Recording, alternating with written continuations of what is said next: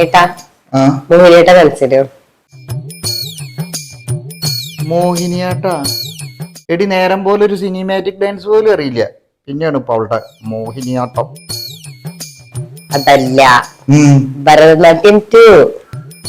ഓ ഭരതനാട്യം 2ഉം 3ഉം ഒക്കെ കാണണമെങ്കിലേ ഈ കലാമണ്ഡലത്തിൽ പോണം. നീ പോയി കണ്ട?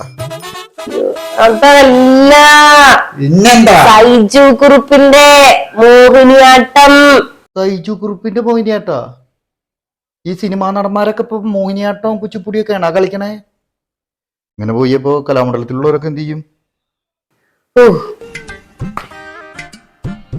ഒരു സംഭവട്ടോ, ഭാഗ്യം വാഴ ആടൊക്കെ കാണണം എന്ന് പറയാൻ തോന്നുന്നത്. നിങ്ങൾ വാഴത്വത്തിൽ ആടിയ കളിച്ചെന്നറിഞ്ഞു. കഷ്ടം.